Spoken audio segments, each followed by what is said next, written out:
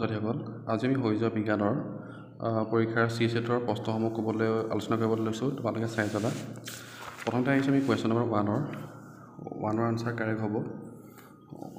C2 1ৰ C correct C সেটৰ এইটো কুৱেশ্যন নম্বৰ 2 কাৰেক্ট হ'ব D2 question number 2 D question number 3 A question number 4 A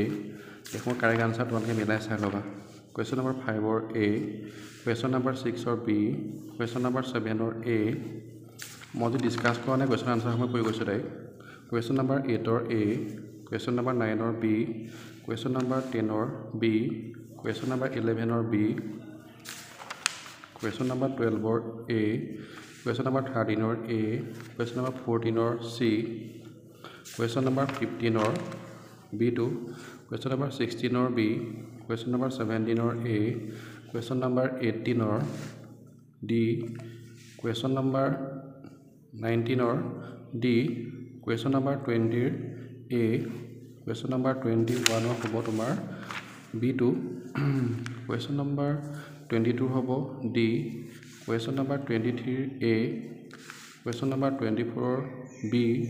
question number 25ৰ D question number 26ৰ B2 question number 27ৰ A 28ৰ D 29ৰ B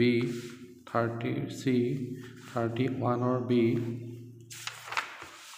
32ৰ A 33 হ'ব তোমাৰ D2 কাৰেক্ট